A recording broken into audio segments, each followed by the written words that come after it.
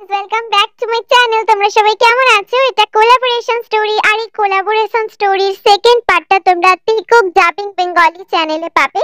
যদি না পেয়ে থাকো তাহলে আমার কমিউনিটিতে যাবে। কমিউনিটিতে এটার আমি লিংক পোস্ট করে দিয়েছি, আর এটার প্লেলিস্ট বানিয়ে আপলোড করে দেবো। তোমরা প্লেলিস্ট থেকে চেক করে নিও। এটা সেকেন্ড পার্ট, আর ফার্স্ট পার্ট আমার চ্যানেলেই আপলোড করা আছে। প্রতিবারের মতোই বলি, গল্পটা শুধুমাত্র একটা ফ্যান ফিকশন, ইমাজিনারি বেসড একটা স্টোরি। এর সাথে রিয়ালিটির কোনো কানেকশন নেই, শুধুমাত্র এন্টারটেইনমেন্ট পারপাসের জন্য ইউজ করা হয়েছে। ওকে, লেটস স্টার্ট। साहिबा तू मैं मिर्जा तेरा, अक्सर तेरा जिक्र छिड़े तो मर जाए मिर्जा तेरा। बेहतर हाय तुझसे ही सब होता जाए, जिंदगानी में होना तेरा। শরীরের প্রতিটি খান যেন স্পষ্ট দেখা যাচ্ছে তের। টি শার্ট পরা, আগে তার এক্স গার্লফ্রেন্ড আয়ুকে দেখেছে, কই এমন তো কখনো লাগেনি। আর তাছাড়া তে একদম আলাদা, চোখ যেন জাঙ্কুকের একটা অদৃশ্য কোনো শক্তিতে আটকিয়ে গেছে মেয়েটার দিকে।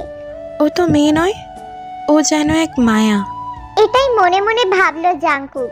Baby pink off shoulder T shirt আর ঢোলা প্লাজোতে এত সুন্দর মানুষ হয় কি করে? জাঙ্কুক চোখ বন্ধ করার ভাব ধরে বিছানায় শুয়ে আছে, আর লুকিয়ে লুকিয়ে তেকে দেখছে, আর এই সমস্ত কথাগুলো ভাবছে। ফিটিং টি শার্টে যেন অন্যরকম লাগছে তেকে। ডাক্তার মানুষ, তাই হয়তো নিজের শরীরের এত খেয়াল রেখেছে।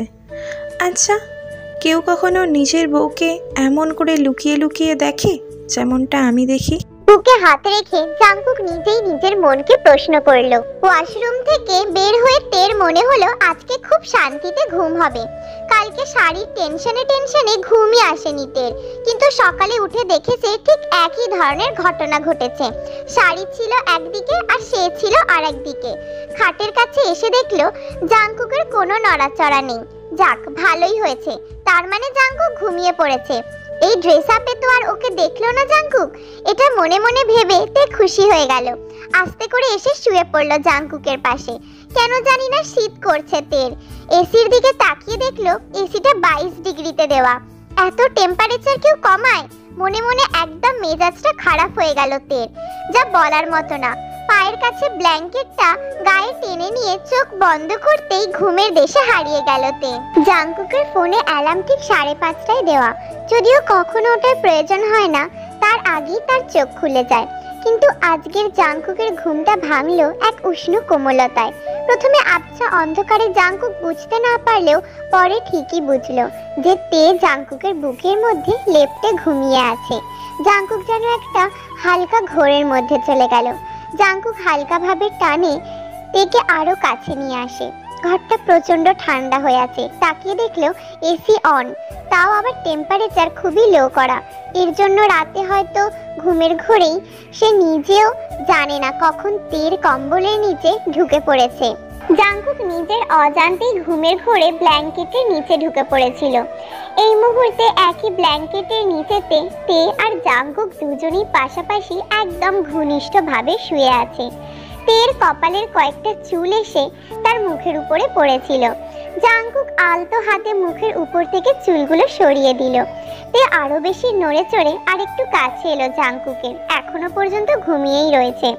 তের নিঃশ্বাসগুলো ঠিক যেন জাঙ্কুকের বুকের উপর পড়ছিল। হঠাৎ করেই জাঙ্কুক নিজের অজান্তে কিরকম একটা মনেতে সুপ্ত বাসনা জেগে উঠল। জাঙ্কুক নিজে থেকে তেকে জড়িয়ে ধরলো, কিন্তু জড়িয়ে ধরা মাত্রই জাঙ্কুক বিশাল বড় একটা কারেন্টের শক খেলো।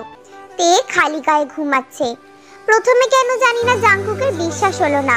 সত্যি কি তের পুরোপুরি অংশ উন্মুক্ত, নাকি সে কোনো কিছু পড়েনি কম্বলের নিচে? হঠাৎ করেই তাড়াতাড়ি করে কম্বলটাকে উঁচু করে যখনই জাঙ্কুক দেখলো, তখন জাঙ্কুকের শরীরের প্রতিটা শিরায় উপশিরায় শিহরণ বয়ে গেল। জাঙ্কুক যেন নিঃশ্বাস নিতেই ভুলে গেছে। এত সুন্দর লাগে মেয়েদের এই অবস্থায়, জাস্ট ভাবাই যায় না। তীর পুরো উন্মুক্ত শরীরটা জাঙ্কুক কম্বল উঁচু করে দেখছে আর হাঁ করে তাকিয়ে আছে। এ তো ঘুমে কাতর, তার তো এইসব দিকে কোনো রকম হুঁশ জ্ঞান নেই। কিন্তু জাঙ্কুকের চোখে কিরকম যেন একটা নেশা লেগে গেছে, একটা ঘোরে চলে গেছে। তার চোখে থেকে এই অবস্থায় দেখে একটা মাতাল মাতাল ভাব জেগে উঠেছে। জাঙ্কুক আবারও কম্বলটাকে আগের অবস্থায় রেখে নিজেদেরকে খুব ভালো করে গায়ে চাপা দিয়ে সে আরো বেশি করে তেকে নিজের শরীরের সাথে জড়িয়ে ধরে। এই সমস্ত উন্মুক্ত অংশগুলো জাঙ্কুকের শরীরের সাথে লেপ্টে রয়েছে। বিশেষ করে তেজ স্পর্শকাতর অংশ যুগল জাঙ্কুকের শরীরের মধ্যে চেপে গিয়ে লেপ্টে গেছে। জাঙ্কুকের সারা শরীর জুড়ে এক বিদ্যুতের শিহরণ বয়ে চলেছে। জাঙ্কুক তার প্রতিটা অঙ্গে অঙ্গে খুব ভালো করে অনুভব করতে পারছে তের সেনসিটিভ স্পর্শ, তের নরম শরীর। জাঙ্কুক ভীষণ সুখ অনুভব করছে। তার মনের মধ্যে চরম সুখ আর শরীরের মধ্যে পরম শান্তির অনুভব হচ্ছে। কেন জানি না তার এক্স গার্লফ্রেন্ডকে নিয়ে কখনো এই ধরনের তার সুখ অনুভব হয়নি। ইচ্ছে করছে তেকে নিয়ে সে ভালোবাসার সাগরে ডুব দিতে, কিন্তু সে তো পুরো মেয়ে জাতিকে ঘৃণা করে। তাহলে তার বউকে নিয়ে এরকম নিছক আশা করার মানে কি? কিন্তু এটা তো তার বউ, এত সুন্দর নারী, এত সুন্দর ভালোবাসার মানুষকে সে এড়াতে পারছে না। তের শরীর এত কেন কোমল? এই সমস্ত কিছু জাঙ্কুকের মাথা ঘেঁটে ঘ করে দিচ্ছে। এই সমস্ত কিছু ভাবতে ভাবতে জাঙ্কুক আরো শক্ত করে তেকে নিজের সাথে জড়িয়ে ধরেছে। হাত দিয়ে তের উন্মুক্ত পিঠেতে হট ভাবে হাতটাকে নাড়াচাড়া করছে। অত্যন্ত পরিমাণে রোমান্টিক ভাবে হাতটাকে স্পর্শ করছে। কিন্তু এই সমস্ত কিছু করছে আর তত বেশি পরিমাণে ভিতরে ভিতরে হার্ড হয়ে পড়ছে, নিজের কন্ট্রোল হারিয়ে ফেলছে। এই সমস্ত কি হচ্ছে তার সাথে? মনে হচ্ছে সে আসক্ত হয়ে গেছে। হঠাৎ করে এই সমস্ত কিছু করতে করতে জাঙ্কুকের জ্ঞান ফিরে পেতেই জাঙ্কুকের মনে পড়ে গেল তে তো টি শার্টটা পরেই ঘুমিয়েছিল, কিন্তু তাহলে ওটা গেল কোথায়? আস্তে করে উঠে বসে দেখলো জাঙ্কুক যে টি শার্টটা কোথায়। দেখে তের পায়ের কাছে পড়ে আছে সেটা। মুচকি একটা হাসি দিয়ে বিছানা থেকে উঠে পড়লো জাঙ্কুক। জাঙ্কুক শাওয়ার নেওয়া শেষ করে খালি গায়ে একটা টাওয়াল পরে ফ্রেশ হয়ে বেরোলো। বেরিয়েই দেখে তে বিছানার মাঝখানে ব্ল্যাঙ্কেটটাকে গলা পর্যন্ত টেনে নিয়ে বসে আছে। তের এইভাবে বসে থাকার কারণ জানা সত্ত্বেও জাঙ্কুক ড্রেসিং টেবিলের সামনে দাঁড়িয়ে চুল ঠিক করতে করতে বলল, কি ব্যাপার, অমন করে বসে আছো কেন? তাড়াতাড়ি গিয়ে ফ্রেশ হয়ে নাও, আমি অফিসের জন্য রেডি হচ্ছি। তে যে কি থেকে কি বলবে বুঝতে না পেরে বলল, আমাকে একটু হেল্প করবেন? কি হেল্প শুনি? আপনি একটু বাইরে যাবেন, জাস্ট 5 মিনিটের জন্য। জাঙ্কুক নাটক করে মিথ্যে মিথ্যে রাগ দেখিয়ে বলল, তোমার মাথা কি ঠিক আছে নাকি ডাক্তার দেখাতে হবে? আমার এখন অফিস টাইম হয়ে যাচ্ছে আর উনি এখন আমাকে বলছেন রুম থেকে বেরিয়ে যেতে। যত সব। কথাটা বলে আবারও ফিরে চুল ঠিক করতে লাগলো জাঙ্কুক। কোনো রকম উপায় না পেয়ে তে এভাবেই কম্বল মুড়ি দিয়ে টি শার্ট খুঁজতে লাগলো। এত বড় একখানা সাইজের কম্বল মুড়ি দিয়ে টি শার্ট খুঁজছে তে, আর টি শার্টই বা পাবে কি করে? সেটা তো জাঙ্কুক অনেক আগেই ওয়াশরুমে রেখে দিয়ে এসেছে। টি শার্ট খুঁজতে খুঁজতে কখন যে টেবিলের কোণাতে কম্বলটা আটকে গিয়েছে সেটা টেরও পায়নি তে। কম্বলেতে যেই টান পড়েছে তখনই তে মুখ থুবড়ে পড়ার আগেই ওকে ধরে ফেলেছে জাঙ্কুক। কেন জানি না জাঙ্কুকের মনে হচ্ছিল মানুষ এত সুন্দর হয়। তেও যেন লজ্জায় একাকার হয়ে যাচ্ছে, কিন্তু কেন জানি না একটা অজানা ভালো লাগা কাজ করছিল তের মনে। মনে হচ্ছিল এই অবস্থায় সারা জীবন আটকে থাকুক না জাঙ্কুকের বাহু ডোরে। তের কি হলো সেটা তো কেউ জানে না, কিন্তু জাঙ্কুকের কি হলো? জাঙ্কুক আস্তে করে তের কপালে গাঢ় করে একটা চুমু খেয়ে নিল। ঠিক তখনই রুমের দরজা খুলে গেল। জাঙ্কুক, তোমার ভাই। এটুকু বলে যেন জিমিন থমকে গেল। তে আর জাঙ্কুকও যেন কি করবে সেটা বুঝে উঠতে পারছিল না। জিমিন যেন তেন প্রকারে দৌড় দিয়ে রুম থেকে চলে গেল। তেও যেন এক প্রকার ঠেলেই ওয়াশরুমে ঢুকে গেল, জাঙ্কুককে সরিয়ে দিল। ওয়াশরুমে বসে বসেও যে লজ্জায় মরে যাচ্ছিল তে এই সমস্ত ঘটনার কথা ভেবে। ইস, কি অবস্থায় উনি ওকে দেখলেন! উফ, তে তো যেন কিছু ভাবতেই পারছে না। এই অবস্থায় দেখলো। জাঙ্কুকও ড্রেস পরে রেডি হলো নিচে নামার জন্য। তে যখন বের হলো একেবারে ফ্রেশ হয়ে লজ্জায় মরে যাচ্ছিল, মাথা নুইয়ে নুইয়েই কাজ করছিল। মাথা তুলে তাকাতে পারছিল না। যখনই জাংকুকের দিকে নজর পড়ল যেন আরোই বেশি চোখ ফেরাতে পারছিল না তে। আর্মি ড্রেসেতে এত সুন্দর লাগে কোনো মানুষকে। জাংকুককে যেন অপূর্ব লাগছে আর্মিদের ড্রেস আপে। আগে তে ভাবতো ঝাঁকড়া চুলেই মনে হয় ছেলেদের সুন্দর লাগে, কিন্তু আর্মিদের যে এত ছোট ছোট চুলেতেও ছেলেদের এত সুন্দর মানায় সেটা তের জানা ছিল না। তেকে দেখি জাংকুক বলে উঠল, নিচে চলো, সবাই অপেক্ষা করছে। আমাদের বাড়িতে ব্রেকফাস্ট নর্মালি সকাল 7টার ভিতরেই সবাই খেয়ে নেয়। তে মাথা কাত করে সায় দিল। তারপর জাংকুকের পিছু পিছু নিচে নেমে আসলো। জিমিনকে দেখেই তে যেন লজ্জায় একুলকুল অবস্থা। জিমিনও সুযোগ বুঝে ইচ্ছে করে মুচকি মুচকি হাসি দিতে লাগলো লুকিয়ে লুকিয়ে। ব্রেকফাস্টের পরে জাংকুক গাড়ি নিয়ে বেরিয়ে গেল আর তেও উপরে চলে আসলো। একটু পরে রুমেতে ন্যান্সি আর জিমিন এসে হাজির। তেকে শুনিয়ে শুনিয়ে বলতে লাগলো, বুঝলে ন্যান্সি, তোমার ছোট ভাইয়ের রুমে একটা কলিং বেল লাগিয়ে দিতে হবে। এখন এটা প্রাইভেট রুম হয়ে গেছে। ভাবি, তুমি অনেক লেট করে ফেলেছো। আমি তো কাল রাতেই বলেছি ভাইয়ের রুমের বাইরে একটা ঢোল ফিট করে দেব। থাক ভাই, তোমাকে আর লজ্জা পেতে হবে না। তুমি যে পরিমাণ লজ্জা পাচ্ছ তাতে তোমার গালটা পুরো লাল টমেটো হয়ে যাচ্ছে, কখন না ঠাস করে ফেটে যায়।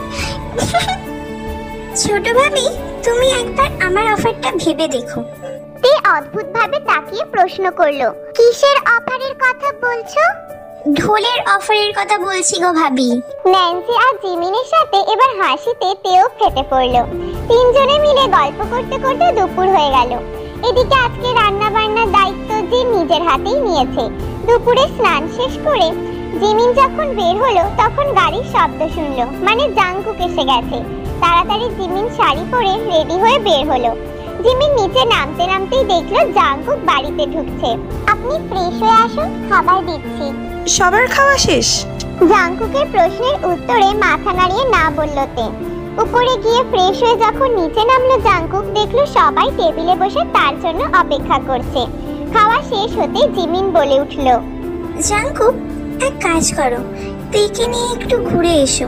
কাল থেকে ওর ডিউটি, ঘুরে আসলে ওর ভালো লাগবে। যা, দুজনে একটু বেরিয়ে আয়, ভালো লাগবে তোদের। সবার চাপাচাপিতে মোটামুটি অনিচ্ছা হলেও তেকে নিয়ে বের হতে হলো জাংকুককে। গাঢ় নীল কালারের একটা পাঞ্জাবি পরেছে জাংকুক আজকে, আর তার সাথে স্কাই ব্লু জিন্স। চুল তো এমনিতেও নড়ে চড়ে না, তারপরেও হাত বুলিয়ে ঠিক করে নিল। তে যখন রেডি হয়ে নিচে নামলো, গাড়ির কাছে আসতেই জাংকুকের মনে হলো গোটা 10 হার্টবিট মিস করলো। কালো marble georgette sari, matching blouse, হাতে পাতলা দুগাছা চুড়ি, কানে গোল্ডের দুল, আর হ্যাঁ, কপালে ছোট্ট একটা টিপ। এ যেন এক অন্য তেকে আবিষ্কার করে ও রোজ। আচ্ছা, কোনো স্বামী তার বউকে এভাবে দেখে কিনা কে জানে, কিন্তু এখন মনে হচ্ছে ওর বউকে ও ঠিক স্ক্যান করে রোজ। तू है यहाँ, मेरी बाहों में आ भी जा। ओ जाने जा, दोनों जहां, मेरी बाहों में आ भूल जा। ओ जाने जा। তে গাড়ির পিছনের দরজা খুলে পিছনে বসতেই যাচ্ছিল, ঠিক সেই মুহূর্তেই জাংকুক বলল, আচ্ছা, আমি কি তোমার ড্রাইভার নাকি? এ মা, তা হবে কেন? আমি কি কখনো এটা বলেছি? বলনি তো কি হয়েছে, কাজে তো বুঝিয়ে দিচ্ছ। মানে? পিছনের সিটে বসেছো কেন? সামনে এসে বসো। কথাটা বলেই জাংকুক গাড়ি স্টার্ট দিল। তেও সিটে বসতে বসতে ভাবলো, সোজাভাবে কোনো কথা মনে হয় বলতে শেখেনি। গাড়ি ছুটে চলল শহরের কোলাহল থেকে অনেক দূরে। যখন ওরা বড় রাস্তায় এসে পৌঁছলো, প্রায় বিকেল গড়িয়ে এসেছে। কেন জানি না তের খুব ভালো লাগছিল নিরিবিলি দেখে। একটা জায়গা দেখে জাংকুক গাড়িটা পার্ক করলো। হাতের ইশারায় তেকে বের হতে বলল। দুজনে গিয়ে একটা ছোট্ট নদীর ধারে চুপ করে বসে পড়লো। কেন জানি না তের খুব ইচ্ছে করছিল জাংকুকের কাঁধে মাথা রাখতে। আস্তে করে জাংকুকের হাতটা জড়িয়ে ধরলো তে। ওর কাঁধে মাথা দিয়ে আকাশ দেখতে লাগলো তে। কেমন যেন এক অন্যরকম অনুভূতি। এই সমস্ত অনুভূতি কাউকে বলে বোঝাতে পারবে না তে, জাংকুকেরও কেন জানি না মনে হচ্ছিল থাক না আজকে, তে একটু মাথায় তো রেখেছে। নাই বা বাধা দিলাম তেকে। দুজনে এইভাবে জড়িয়ে ধরে দুজনকার কাঁধে মাথা রেখে কতক্ষণ যে বসেছিল সেটা তারা নিজেরাও জানে না। কিন্তু হঠাৎ করেই জাংকুকের সাথে যা হলো, এটার জন্য জাংকুক একেবারেই প্রস্তুত ছিল না। জাংকুক দেখলো